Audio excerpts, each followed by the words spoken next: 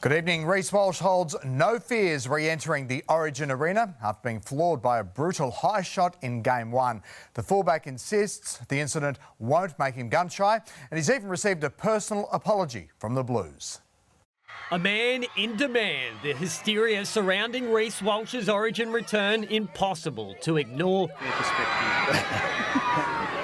Well, that's him walking past, so pretty important. There's a lot of people out there that love him. The fullback says there's no lingering side effects from his Game 1 head knock. I know I had the protocols to go through, and, you know, a bit of persuading there for Bill to give me my job back because Hammer killed it, so that was a bit tough. But, I just had to tick all the boxes. You can get hit in the head, like, you know what I mean? It shouldn't be play on or, you know, whatever people are trying to say, but I'll just leave that up to them. I'll just go out and play footy. The sickening incident won't affect the way he plays either. If I had any doubts or I was scared, mate, I wouldn't pull on the Queensland jersey. They need a team out there that's willing to put their body on the line and do whatever for their state. So if I was scared or shy in any way, mate, I think I'd pull myself out. Walsh harbours no ill will towards Joseph Suaalii, who's reached out to apologise. Oh, that's footy, mate. At the end of the day, it's what comes with the sport. And yeah, he sent me a nice message, and you know, I sent him a nice one too back as well. And the Maroons forwards are adamant Reece Walsh won't need any extra protection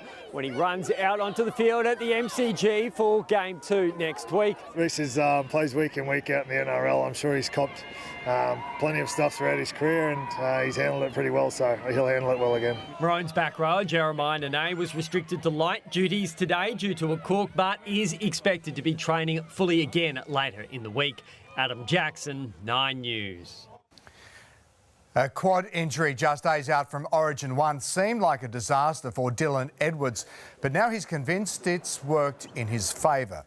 Edwards believes he'll be better prepared for Game 2 at the MCG with a second camp under his belt before he makes his Blues debut. It sort of just give me a little bit of an insight into like the preparation and all this sort of stuff, the media and the crowd and the fans. It sort of give you a bit of a taste of what sort of to expect, I think. Cam Murray is another returning Blue. He missed Game 1 with a hip injury.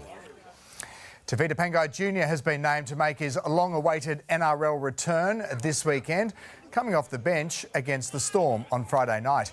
Having played together at the Bulldogs, Jeremy Marshall-King expects his new teammate to be back to his best. He's the same guy and the same player that I played off years ago. You know, he brings that aggression and a lot of second phase plays. So just really looking forward to playing aside him. As for Marshall-King, he's locked in at the Dolphins, inking a 3-year extension with the club.